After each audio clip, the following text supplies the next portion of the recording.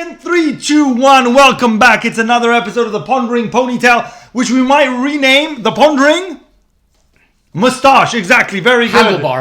Handlebar. Almost there. I had the handlebar. Yes. It was too village people-y. But anyway, boom, first move. How you doing? My first move is introducing this. I just came across it at the supermarket. Very good. It is Aces. Yes, our sponsor. Okay. No insider trading. Very no insider good. Trading. Play your move and let me ask you a question. Yes, you may. What have you been pondering of late? I've been pondering the careers of two of my once upon a time heroes. The two people that shaped, I would say, my kind of formative existence, if you like. Right. All right? And I don't mean my parents. Well, okay. I mean the man they know as, amongst his close circle, as Gardenzio. And the other man who has had a stadium named after him in Austria, no less. In the town of Sturm Graz. Perhaps. Give it away. No. It's okay. So we're talking about and we're comparing today on the Pondering Ponytail Sylvester Stallone versus Arnold Schwarzenegger. You still haven't played your move. Okay, and this man is going to bestow upon us his words of wisdom. Okay, now can I just kick it off here? You are a choir boy compared to me. A choir boy. Can you give us a tale of the tape? Yes. Tale of the tape. When were they born? Gardenzio was born first. Right. Which I think you want to give me a year? 1946. 1946. Which means he is now 79. 79. Yeah, wow. Yeah. Okay. And his hairline is stronger today than it was at age 9. Some people call it the chimpone because it's that of a chimpanzee. I've heard that. Yeah, and I've done extensive research on that. Yes, I think we'll deep dive into it later on. Please. But yes. Arnold Schwarzenegger, when is he born? 1947. 1947, so he's 78, so 1 year apart. Correct. Okay, very good. Arnold Schwarzenegger currently rocking the Wheatus feathers. The Wheatus feathers, you want to explain what the Wheatus feathers are? I mean, it's the type of hair dye he has taken on, which has a bit of an orange tango tan tint. You know what? I should actually... You know, my bad. It's the organic carrot feathers. Yes, it is. By the way, speaking of dye jobs, have you seen Clooney's latest dye job? No, have you seen mine? No, yours is spectacular as always. Clooney's, you know what I call Clooney's? What? The Bulgarian licorice. Yes. Have you seen it? Yes. It's like tar oil. What is that? I don't know. It's for the plays doing good night and good luck. Anyway, we digress. Yeah. How many films has Sylvester Stallone made? I think it's something on the 65 or so. 65 strong. Films, okay. And that's not counting his producing accolades and his directing his credits. Screenwriting credits. Oh, very important. Yes. Because he's a screenwriter first and foremost. He is a screenwriter. I mean, that's what he'd like to believe. No. That's what he'd like to believe. No. He's a porn actor first and foremost. Okay, hold on. All right. Okay, so awful. When was, how many films has Arnold Schwarzenegger made? 40. Okay, so we have 64 versus 40? Yes. Correct. Okay. Yes. Okay, what else can we talk about? Let's talk about accolades. Awards won. Yes. Actually, the treasure trove is empty for Mr. Schwarzenegger. Right. In that regard. Major trophy. Yeah, exactly. I mean, he's got some Razzie nominations. He's got a couple of Razzie wins. I'm sure some MTV awards here and there. Perhaps. Again. Yeah, which I think actually is... for me, holds him in higher esteem than had he won at the Academy. Okay, fine. And what about, more importantly, the height difference? Stallone stands soaking wet at around, I think, 5'3". Okay. I mean, I think that's actually been uncovered. Okay. But he claims to be 5'10". Okay, fine. I actually think, in reality, he's 5'8". Okay, fine. Okay? It's a matter of much discussion. I have sent... forensic investigative journalists. Okay. Very good. That's great. Great. Okay. So that's the tale of the tape. You want to ask for Schwarzenegger, 6'1". Oh, yes. Sorry, I forgot about that. Yes, 6'1". But he's shrinking. If you look at we all do. An interesting height comparison of them today. Yes. They're pretty much shoulder to shoulder the same.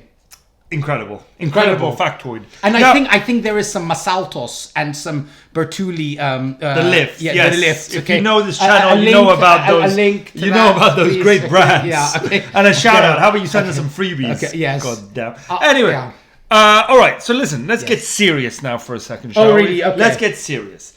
Now, in your opinion, who's had the better films? A great question, Mr. Caspian. Go on. I'm going to surprise you with what I say here, okay? Because I have been extremely critical and divisive in my appraisal of Mr. Gaudenzio Stallone. Okay? Right. But I actually think, because I really tried to do a proper appraisal of the two gentlemen's filmographies, and I have to say that I think Stallone comes out on top. I mean, it's how are you ever going to be Terminator 1 and 2, especially 2, in my opinion, which is one of the greatest sci-fi films ever. It's true. It's true. So, I mean, I get it. Okay, Stallone has Rocky, iconic. But apart from that, what has he got? All right, let me tell you. What has he got? Let me tell you the films that's on the level of Terminator 2. All right, okay. I'm gonna tell you. All right. First of all, Rocky 1 is... Or even True Lies. Okay, sorry. Yeah, no. Okay, let me just... Rocky 1 is one of the greatest films ever made. Okay? I think, really, if we're being honest in our assessment of the two men, the greatest film... comprising both men's catalogs would probably be Rocky. As far as the Academy is concerned, as far as the National Film Registry is concerned. What about some more high points? All right, okay. However, I gotta say something about Stallone, right? He has pumped out how many sequels to Rocky now? Something like 7? Sure. Something like if that. If you include the Creed ones. Yeah, exactly. And the first Creed one, he was nominated for an Academy Award some 40 years after his first nomination. I mean, and they got to give him a lot of credit. Pitch. I don't care. You have to give him a lot of credit for still being able to deliver 7 sequels on 40 years later, a film that would be that would win him a Golden Globe, okay, and that he was a runaway favorite to win the Academy Award that year, but they gave it to Mark Rylance for Bridge of Spies, a performance again we've talked about before, nobody remembers. Okay, and I think Stallone, therefore, if you actually try and deconstruct the Rocky films, he wasn't really pumping them out for financial gain. Some of the entries in that catalogue are truly incredible films that have stood the test of time. I know we diverge on Rocky 4. I consider Rocky 4 one of the most fist kind of pounding films of all time. It's like... But like Rocky 4 is not a movie. It's just like an extended music video. Well, like it gets you hyped up, sure. Look, but it's not like it's not like a movie with like any sort of arc or any sort of character building or any sort of like crescendo and climax. It's just like one montage after another. All right. I mean, listen, don't get me wrong. Yeah. It did bring peace during the Cold War. It did do that. Thank you. Okay. Fine. Yeah, okay. But apart from that, exactly. It did nothing. There you go. All right. So that's why it's so important. But actually, when you really think of what a film is meant to deliver, right? Is there a more, Crying Freeman aside, a more exhilarating finale to an action film than that final fight between Rocky Balboa and Ivan Drago? I think it is the most. It's got the greatest build-up, but the payoff is... It's one of the greatest moments in the history of cinema. Okay. That whole set piece is incredible. Fine. Okay. How can you knock it? All right. Am I right? No, you're right. Okay. Especially when Gorbachev gets up and starts clapping. Exactly, yeah. I mean, it does bring a tear to the eye. And Ludmilla, actually played by his former wife Brigitte Nielsen, is kind of... I mean, you're right. I mean, she is shocked to her core. Yes, absolutely. That this Adonis has been dethroned. You want to talk about method acting. Method acting. That is right. the pinnacle. Okay. And hit the one in the middle! Right. Hit the one in the middle. Famous words by Tony Burton. Duke, right? Yes, absolutely. Okay. So I'm just going to say... No, but listen, okay. The Rambo kind of catalogue, all right? I mean, the Rambo stuff is almost a rip-off of what Schwarzenegger was doing with Commando and things like that. But First Blood came first in 1982, all right? And obviously... There goes my theory. Listen, Rambo, some of the kind of the later entries, the most recent one is gratuitous and unnecessary. Yeah. And there was one he did... Yes, again, in his... It's interesting because both Rocky... And First Blood, rather. Yes. The first ones are sort of introspective, kind of character studies. Exactly. They later turn into these, like, kind of pornographic, if you like. Yep. Not pornographic in the sexual sense, but these hyper-masculine, like gratuitous, ultra-violent, high-octane films. But initially, they start as like great character studies, and in fact, famously, First Blood, Rambo 1, there's no kills in it. I think there's one, but it's by accident. It's not an accident. It's not a Rambo kill. Yeah. And actually, But then after that, it turns into some massive bloodlust. And it's amazing. In Rambo 2 and 3 and 4 and 5. And it's true. It's amazing how you feel about, in particular, Rambo. When you think about Rambo and you think about some of the posters, Rambo taking on, the Viet Cong in Rambo 2. Yeah. Literally avenging America's, shame and loss in the Vietnam War. As he did with Rocky IV against the communists. But exactly. No, sure. And even avenging one man army. And then helping the Mujahideen. In Rambo 3. And you kind of compare that with, exactly as you said, the first Rambo film, First Blood, which is actually a book that was actually a kind of like a novella that was quite critically acclaimed and was a character study about Vietnam vets and America turning on their war heroes. Okay. And I agree with you. Like, he turned it into this testosterone charged machine, but he did it so well. Okay, we're not talking much about Arnold here. Okay, Arnold. Okay, so his films, I think Terminator 2 especially for me is probably his high watermark. Terminator 2, the best sci-fi film of all time, maybe? I mean, I wouldn't say of all time, but it's up there. Okay, so I agree with you. So Arnold has one film franchise, which was the Terminator series, okay? Yes. And actually, to his credit, therefore, he perhaps challenged himself more than Sly, to the extent that he wasn't just gonna kind of take the easy road and kind of keep pumping out films that he knew would deliver on the box office. I completely agree with you. Here's the thing. Terminator 1 is great, but he's kind of the supporting character in that film. Yes, fine. Okay? But he steals the show. Yes, to some extent. Terminator 2 is a masterpiece. Yeah. On a human level and on a sci-fi level and the technological advancement. It's a fantastic film all around. Terminator 3 sucks. And the one he did later, I think it was Genesis or something, which was essentially his answer to Stallone's Creed and later kind of Rambo entries. Didn't do well at all and was a catastrophe. So in that sense, I think actually the Rambo and Rocky franchises have outdone the Terminator franchises. So those are the franchises, okay? Also, let's think about the other films they've done that have been we like or don't like, okay? Arnold, Running Man, fantastic. Amazing. Predator and Commando, fantastic. Amazing. By the way, that's franchise. I mean, he's not in the other ones. Running Man is being redone. Yes. It's being remade now with Glenn Powell. I mean, listen, Total Recall, amazing. Okay, amazing. All right.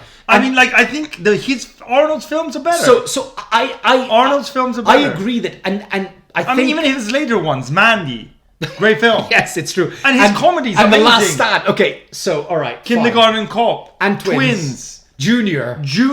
Last Action Hero. I mean, by the way, now in retrospect... Jingle All the Way. Last Action Hero has kind of become a cult classic. I love Last Action Hero. Yeah. All right. I agree, and I do think that Arnie kind of proved himself to be the bigger box office draw in being able to do non-franchise films that succeeded bigger at the box office. Right. Exactly as you're saying. And obviously the branching out into comedy was like a master stroke that I think haunted Stallone, okay? However, some of Stallone's films, which I dearly, dearly love, go ahead, and I find as rewatchable as anything I can think of, right? Yeah. Include Cobra, okay? Cobra is one of the coolest 80s action films. I mean, it's an awful film. What do you mean it's an awful film? It is. Anyway, go ahead. And it's very symbolic, by the way, because he's taking down this kind of new world order of psychopaths. Yes. Okay? It's very topical. I think it's very newsworthy. No, right? I don't. Yeah, okay, I don't. All right, anyways, whatever. Right? I think it does, okay? Now, Rhinestone, okay, a regrettable miss, I must admit, okay? And Over the Top, I have to reference Over the Top, okay? Because Stallone broke box office records with his $12 million salary that Menachem and Yoram Globus gave him, okay? Which almost bankrupted Canon Films. All right? But my major gripe with Over the Top, okay, is that Stallone had some of the poorest biceps I've ever seen for a man. All right, great. Okay, we're moving on to the next category. All right, okay. Cliffhanger, masterpiece. Demolition Man, masterpiece. Yeah. Specialist, for me, one of my guiltiest pleasure masterpieces. And you know why. The Naked Kata. Okay? I mean, you like that, and some of the pube formation hairstyle, okay? You know, like and some of the best dialogue. And can I do an impression of Stallone quickly as we end this category? Talking to Sharon Stone on the phone about the terms of their agreement for him assassinating and avenging her parents' death. Don't contact me. I'll contact you. Don't go near them again. Okay. And very good. Three. And if this is a setup, I kill you. Very good. Okay. He was doing a version of Pacino's version of Mumbles. What is your final conclusion with who has the better film? So I think just one. I'm going to say Stallone. You would disagree with me. I think 100% Arnold. Really? Okay, yes. And I just want to say one thing about Stallone. The fact that in his later years, he still was able to pump out things like Expendables. But that doesn't mean anything. Just because he made more films doesn't mean that... No, but I'm saying he made more film, and he's doing good films. And by the way, a shout out to one film that I love, Shade. Quality over quantity, ladies and gentlemen. So I give it to Arnold, he gives it to Stallone. Okay. All right, can we move on to the next category? And make it quick, right? Okay, yes. Okay, so now that we've talked about, you made mention of biceps and this and that. Yes. Obviously, their physiques play a major role in, how iconic they became and who they are. Yes. Who's got a better physique? Okay. I know it's a bit of a non-question. It's rhetorical because, Arnold on one hand won like how many Mr. Olympias? Multiple ones. Exactly. All right. So on the physique question, okay, I'm glad you asked me this. Thank you. I'm glad you asked me this question, okay?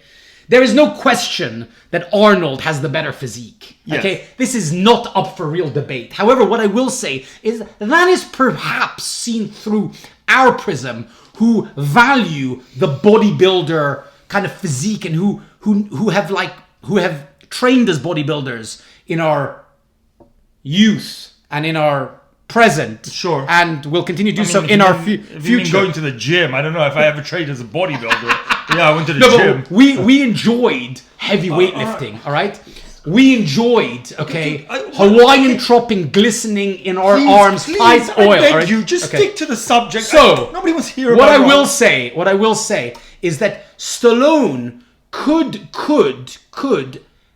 claim some bragging rights over Arnold in the sense that his physique was kind of, what he was trying to achieve was like really, really shredded, low body fat type of aesthetic. Fine. In that sense, he could be given credit as having the more... They both took a lot of steroids. Aesthetically pleasing They both physique. took a lot of steroids, right? They did. Except Arnold won numerous Mr. Olympias for it. He did, yeah. And Sly didn't. No, he didn't. Okay. But Sly wasn't in that game. I think, yes, but Sly got into that game because he wanted to emulate Arnold. And who was his trainer? Franco Colombo, who was Arnold's partner, and training partner and bestie. Yeah. Okay, fine. So, who are we giving this one to? I cannot dispute this. It's got to be Arnold. But can I just make one point? No. If it has to do with I'm gonna make like tanning regime. Yeah. Okay. Fine. Just please. Stallone today still is dedicated to lifting weights and looking good, whereas Arnold gave up a long time ago. You don't know that. I do know that. No, just because he posts it on Instagram. I have seen. No, I think you're incorrect. And by the way, Stallone. Irrelevant. Stallone. As a poster child for post 60-year-old physiques. Okay. Stallone, yeah. Oh no, and 70, and soon to be 80. Yeah. Okay, Stallone can really own that. What do you call it? Category. If you like. That ecosystem. Thank you very much. Okay. Listen. Hold on. By the way, shout out Stavros Mayakovsky. Yeah. We love you. Yes, thanks. Welcome. Hope you stick around. Yes. Anyway, let's move on to something more serious. Who's the better actor? Let me ask you that. Okay. All right. Okay. Let me ask you that. Okay. I have trouble with this. It's kept me up at night. Okay. I think that it's tough to say. Now, first of all, Arnold is the better comedic actor. Okay. Yes. Okay, so I'm just going to I think Arnold has the bigger range. I think Arnold, despite his accent go on. and his size and his, stiffness, let's say. And the organic carrot. And the organic carrot is the far better actor. Why? I mean, Sly has just played himself, and so does Arnold. Don't get me wrong, so does Arnold. Arnold always plays himself. But look at his character in the Terminator. I keep going back to the Terminator, but look at it. He really took on that persona, right? I don't consider that to be a. I think he had to he had far bigger hurdles in front of him because of his accent. He did. because of his background as a bodybuilder and so on and so forth to overcome. And he achieved, okay, he didn't get nominated for Oscars like Sly did, but he achieved a lot. He achieved a lot. He was a leading man. He made some of the biggest movies ever. He made diverse movies, you know, that span different genres. I think you're giving him a bit too much credit in that sense when you say he had a diverse catalogue of films. Actually, I think that Stallone has exhibited, I think, the slightly more extensive range. Now, I agree, on the comic side, Arnold owns him, right? Like almost entirely. Although I have to say one thing about Stallone when it came to comedies, even though he was like panned for some of the his attempts at comedy, Stop on My Mom Will Shoot, an Oscar, okay, yeah, and even like Rhinestone, which was like we were singing opposite Dolly Parton. He was really trying to kind of go against type. When Sly was playing kind of alongside another actor, so in Demolition Man, which is kind of a comedy, Tango and Cash is kind of a comedy, action comedy. He delivers, right? So I think the reason that he couldn't deliver in the way that Arnold could, front and center, is in a sense because Arnold is this kind of like human machine, okay? And I think the persona and the physique and the accent almost lend itself to like more laugh out loud humor, whereas Sly is not this kind of imposing kind of action figure looking guy, right? He's just like, he's more of an ordinary Joe, but I think he's a little bit kind of underrated for his kind of comic timing, all right? However, Arnie owns him in that. But in more dramatic films, I don't think Arnold has ever had a truly dramatic performance in his entire career. I don't think he's cared to either. I don't think he's tested himself. But can you remember ever really a performance that Arnold even ventured into that came, never mind Rocky, and even the original First Blood, but even something like Copland, Arnold never even tried it. So, and I do think Sly, again, he's kind of maligned as this bad actor, but I think that's a little bit unfair. I think it's kind of, he's been stereotyped as that because of his voice and his, his some of the idiosyncrasies and his physiognomy. But I actually think he's not. He's actually quite a good actor. Okay, you can make a fair point. So I think there is that. Fair. All right. Let's move on from that. Okay. Let's move on to persona, away from the silver screen. Okay. How they are perceived. Right, well, and in this day and age of social media, we see a lot more of our celebrities than we did before. How do you think they are perceived as people away from the screen, away from acting, just in their day-to-day lives? Well, we did dedicate an entire episode to this many months ago, specifically about Sly. And I... have you recovered? I am loath to go into this again. Yeah. Okay? Unfortunately, for those who haven't seen the Love-Hate Stallone episode from, 7 months back, you should know that, I went into therapy over it. I've been trying to get over it with the help of this man and others, and looking inflectively at myself, okay? I have been very disappointed with Sly off screen, okay? Now, not all of it, okay? Stallone, a man who pursues beautiful women, okay? Including Brigitte Nielsen, who he married, Jennifer Flavin, to whom he's still married now, Janice Dickinson, okay, the first supermodel, Angie Everhart, okay, beautiful redhead, and many, many others, all right?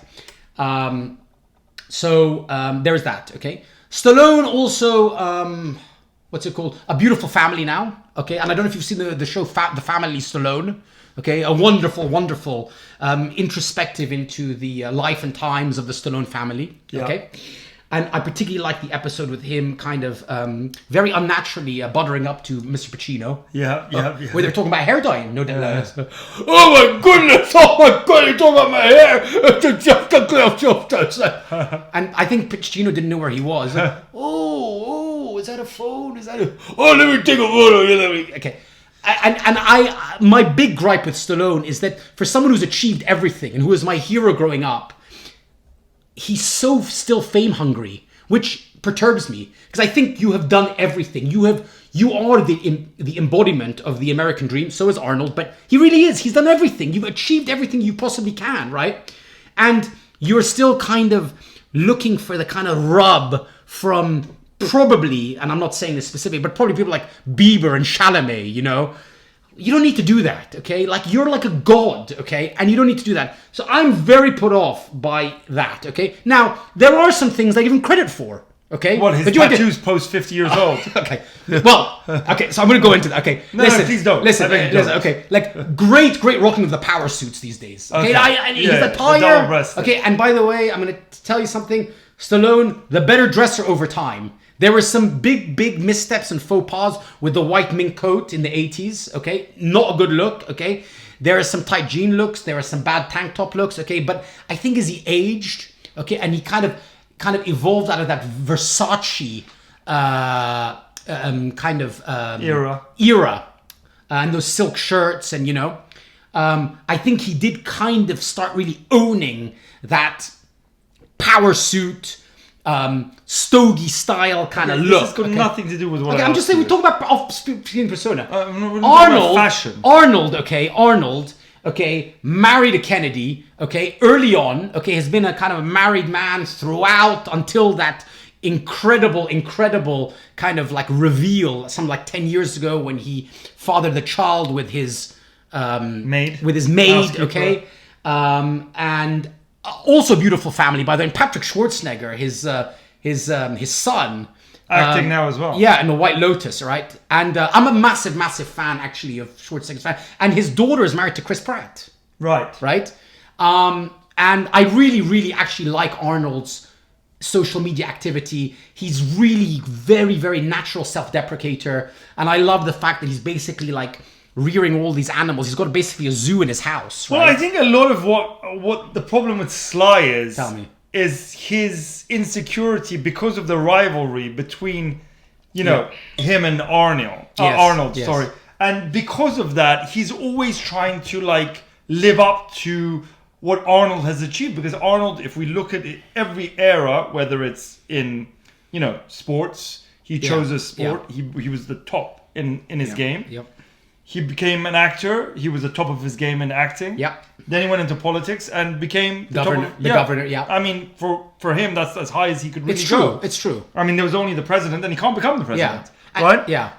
And so he's achieved a lot in that regard. Yeah. And I think Sly, you know, feels like less than Arnold, and so that's why he acts more of an idiot. Yes, I agree with you. Even though I think we both agree he shouldn't have to feel that way. He needn't feel that way. Yeah. But he does, and I agree with you. Much like the Cube. Yeah, much like the Cube, exactly. But I think Arnold is obviously the cooler guy. Okay, fine. So, I think that's the final analysis. Oh, is that the final analysis? Okay, yeah. Because time is ticking and you haven't played. Okay. All right. Yes, okay, fine. You know what? Right, Arnold, big on chess, by the way. Yes, very much so. Yes, go on. Go on. So here's the thing now. Okay, so let's wrap this up a little bit. Let's talk about the most important thing. Which is? Legacy. Okay. How will each be remembered? Yeah, good one. Okay, and like with admiration. Of course, they will both be admired. Yes. And they're both loved throughout the world. But what kind of legacy do they leave behind? Who leaves behind the greater legacy? Who's the more iconic? Listen, Arnold is the more iconic, right? Well, is he? Because you have Rocky, and Rocky is hard to beat. And you have Rambo. No, but still, Rocky outweighs Rambo. Yeah, no, I know, but I'm saying Rocky is it's hard to beat Rocky. To this day, people reference that. People like, you know, the music, the films, whatever. I mean, obviously the films, but just like that like whole, you know, against all odds attitude. Yes. You know, that sports film dynamic is repeated over and over again. Yeah. I mean, famously the Karate Kid, and to this day. Yes. I think as far as like the iconography of both men go, I think Arnold does have the slightly big one. First of all, I think Arnold's achievements, okay, and that goes towards legacy, I do think. Yeah. The fact that Arnold had these 3 very successful careers meant that he kind of transcended Hollywood. Yes, okay? that's true. And And actually, the two careers that kind of bookended his Hollywood, You're right. reign are two careers, by the way, that not only did he reach the summit, but they're two careers that I think it's almost like acting, and what he achieved in acting was like it's like a chapter in his life. It's just a chapter. Where for Sly, it's his whole book. Because if you right, yes, exactly. Apart from the Montegrappa pens, the Montegrappa pen. I was going to come on to that. Yes, absolutely. Yes, it's true. Yes, and I tried Great to. pens. We tried Montegrappa. If you want to sponsor us, yes, thank yes, you. yes, We yes. need some, Exactly. So, but yes, exactly right. I actually think that Arnie looked at acting as the easy part of his life. Right, Maybe. and he took it in his stride. And I'll tell you why. Because to become the most celebrated not only you put bodybuilding on the map in an international sense, right? I know there was like Frank Zane and some guys who came before him, but he's really the face of bodybuilding. Of course he is. Now, and to become still to this day, to become the greatest bodybuilder of all time, the kind of discipline and the kind of the effort and the excellence, far supersedes being a Hollywood actor. Because it's really about physical exertion, right? And excellence, right? And then obviously becoming the governor of California similarly, is something that is bigger than being a, highly paid Hollywood actor. So, and I think in that sense, that's why Arnold is actually so affectionately linked to the definition of the American dream. You often when people reference the American dream, it's often Schwarzenegger's face that kind of like accompanies it. So I think in that sense he is the bigger icon. I do think also like some of the movie moments that have defined him, not just in Terminator, but for example, like the image of him in the Running Man suit. Right? Yeah. Like Predator. We haven't talked enough. We didn't talk enough about Arnold's films, but Predator is one of the greatest films of all time, and that spawned actually a lot of sequels that he didn't want to be in. You said that. We mentioned that. But I'm saying that like Command. There are so many films that